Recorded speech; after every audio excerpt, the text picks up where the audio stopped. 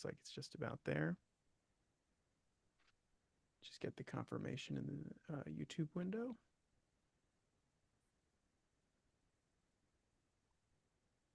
Perfect. All right. My name is Jack Rome, and I'm glad to welcome you to Meet the Speaker, a live series with cast members of the Awakening Mind film series, who will also be speaking at the upcoming 3-day online immersive conference, The Infinite I Am, Awakening Beyond Identity in a World on Fire, taking place from November 14th to 16th. This series is designed actually just to give you a brief taste of the direct experience of the teachings of the style that you can expect from each session during the conference. So Dan Schmidt serves as director, producer, screenwriter, narrator, editor, and provides the original music score and imagery for Awakening Mind films. As a meditation and self-inquiry facilitator and filmmaker, he is the creator of the award-winning film Inner Worlds, Outer Worlds, and the ongoing Samadhi film series. With his not-for-profit Awaken the World initiative and Samadhi Center in Ontario, Canada, Dan combines self-inquiry with traditional forms of meditation so we can have the opportunity to realize our transcendent nature and purify ourselves of conditioned patterns. Also, the human vessel becomes permeable to our true nature. So Dan's conference session will cover the sadhana that leads to liberation. And Dan, thank you so much again for joining us. And, Mhm. this is just a brief chat today, just to give ourselves a taste. But if you could, I would really appreciate if you could give us a taste by perhaps explaining the difference between sadhana pre-awakening versus sadhana post-awakening. Great. Thanks, Jack. Yes. Um, yeah, my interest in sadhana, I guess, has kind of evolved over the years, and the real distinction that I see on the path, on this pathless path, is before awakening, it appears that people usually start out doing something. So before awakening, sadhana appears to be something that we do. So there's techniques, there's all these different traditions that offer meditation techniques, yoga techniques. There's all sorts of things that we do that sort of interrupt the conditioned pattern of you, basically. So it's like these things are all, if they're effective forms of sadhana, they're all sort of doing the same thing. They're all cultivating kind of presence in the present moment. So cultivating a concentration, and there's always a component of surrender as well. And it doesn't really matter what it is. There's a million different meditation techniques, but they're all really doing that, and they're sort of bringing our consciousness into the body mind, and this sort of purification starts to happen. And the traditions call this, purifying samskaras, or, making the unconscious conscious. So you're starting to bring the light to this conditioned self that you are, and then so by engaging in intensive sadhana, maybe it's chanting an om, or maybe it's like the Sufi zikr, chanting the name of God, or maybe it's doing a body scan, like a vipassana body scan, or making just observing the breath.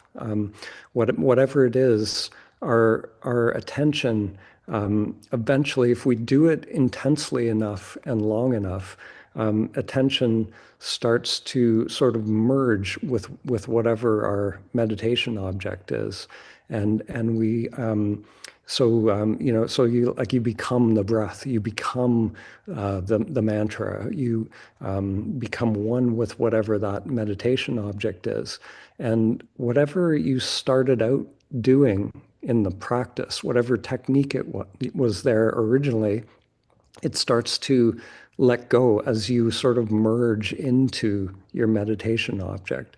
And so the practice at the beginning sort of falls away, and you enter into this sort of samadhi or direct experience of whatever it is your attention is on.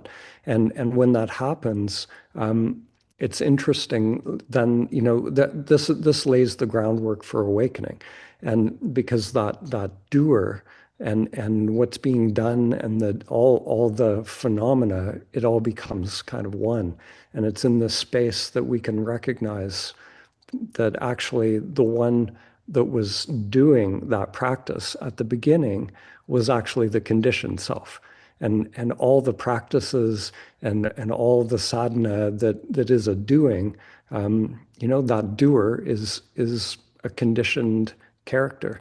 And so we wake up from that character and we realize like it's a crazy paradox. We realize, the I that I truly am actually wasn't the one doing the sadhana. So who was doing the sadhana? It's kind of crazy. So we wake up from that, and then once we know who we are, we recognize that we're just the consciousness that's here. It's always been here, just the ordinary consciousness. But we have this flip from, identification with the dream character to the presence that's just here. So when we wake up, we realize that we don't have to search or do anything anymore to find ourselves. That awareness is always here. So then it becomes more like the direct path teachings. So Ramana, Krishnamurti, contemporary teachers like Rupert Spira, they just point to this everyday awareness that's just here now. So there's no more need for doing. Once we know who we are, we can simply abide as that awareness. So the awakening it's not the end of the path. There's still whatever's happening in the unconscious mind. So all the conditioning, the vasanas, and the tendencies of the unconscious mind to spring back to life. All of that is still there. So we simply abide in the presence that's here, and we allow ourselves to kind of burn in that presence. So the path then post awakening is just abiding as the self. There's no more need for doing and no more doer.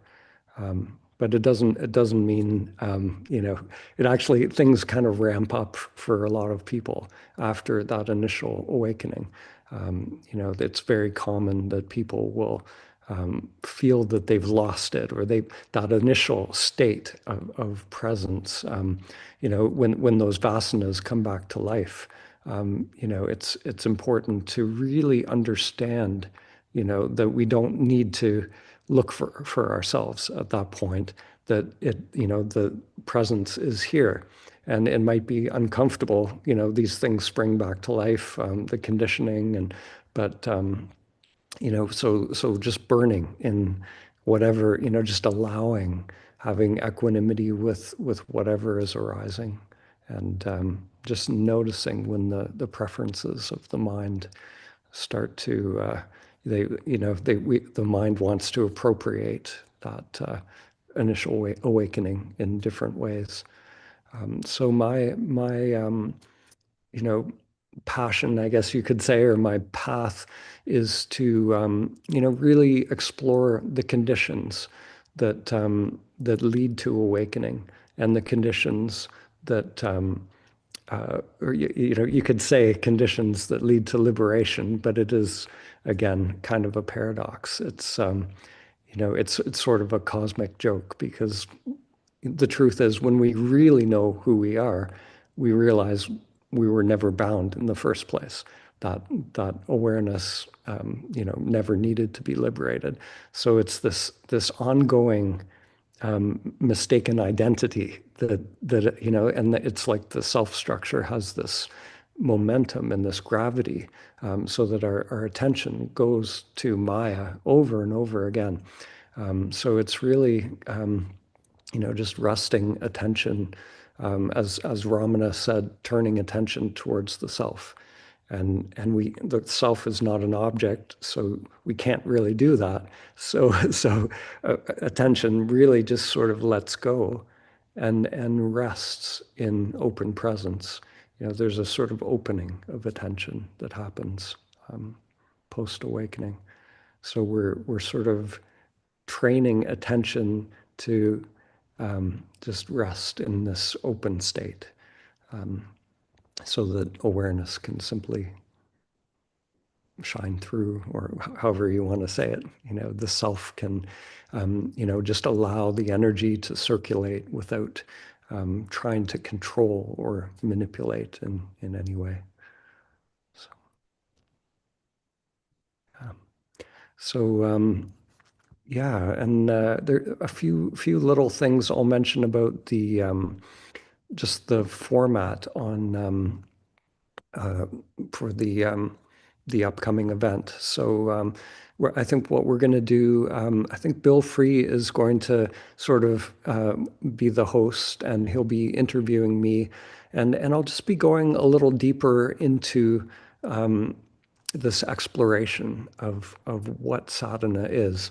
So we have these 7-day cycles at awakentheworld.com. And so we're every week there's a new sadhana cycle. And when people engage in that, we're sort of creating conditions of no escape for the egoic mind. So I'm going to talk a little bit more in more depth than we're doing here, about what those conditions are. What is it that we're doing in those retreats? Because what I've found is, it's one thing to talk about this stuff, where people, especially in these days, are going on YouTube, watching these endless satsangs and videos about it, but but at a certain point, if we really want to realize our true nature and realize samadhi, there's a necessity, a real necessity to unhook from that constant searching and seeking of more information, more knowledge, and it's really in stillness that we recognize our true nature, when we unplug from all of that. Even the best teachings, there's amazing, like it's such a paradox, because this upcoming conference has all of these amazing teachers, but they're all pointing beyond themselves. They're all pointing to the stillness that everyone really has to just come to on their own. They have to turn away from all of those teachings and really investigate. And that's what we do at these 7-day retreats. It's just really pointing people to their true nature, over and over and over, and people just are, for those 7 days, unplugging from everything in their life. Turning off their phones and just abiding in presence. It's really that simple.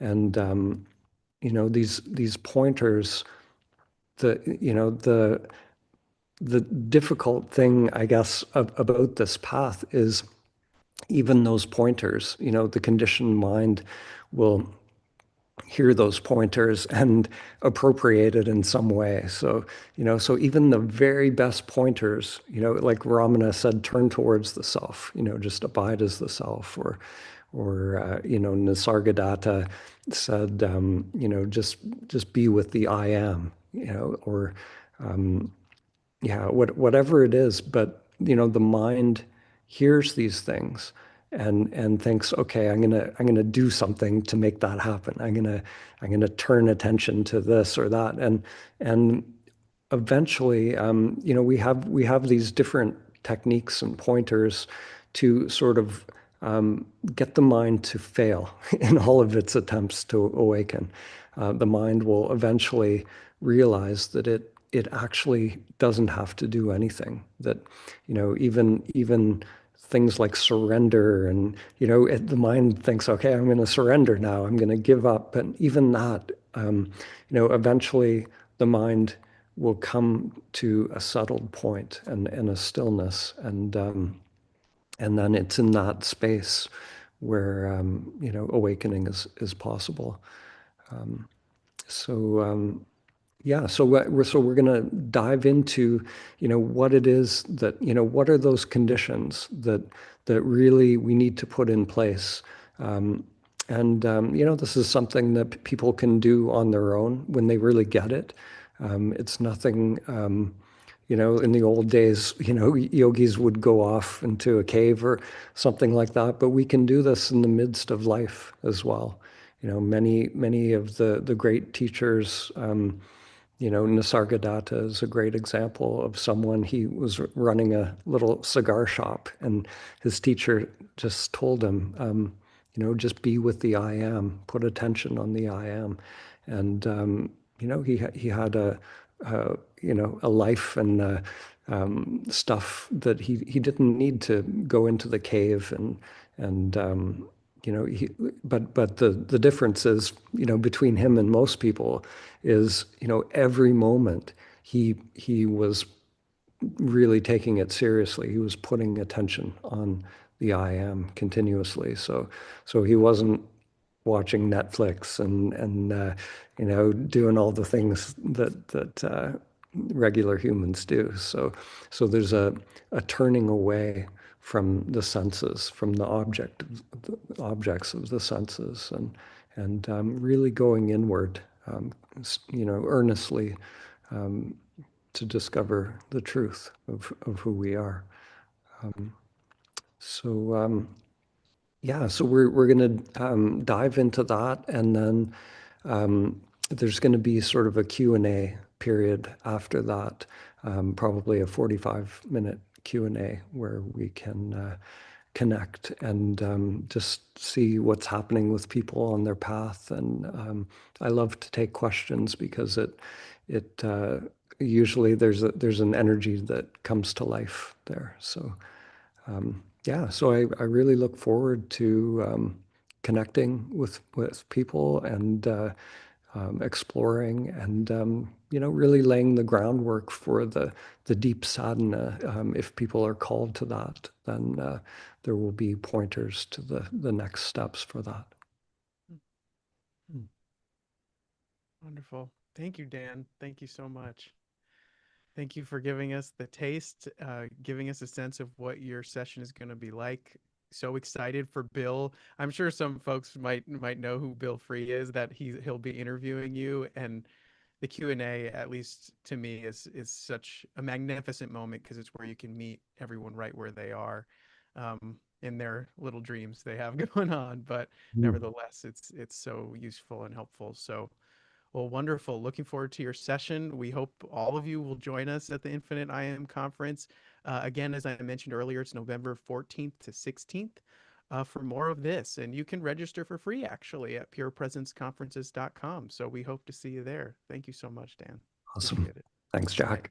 Okay. Take care. We'll see you later.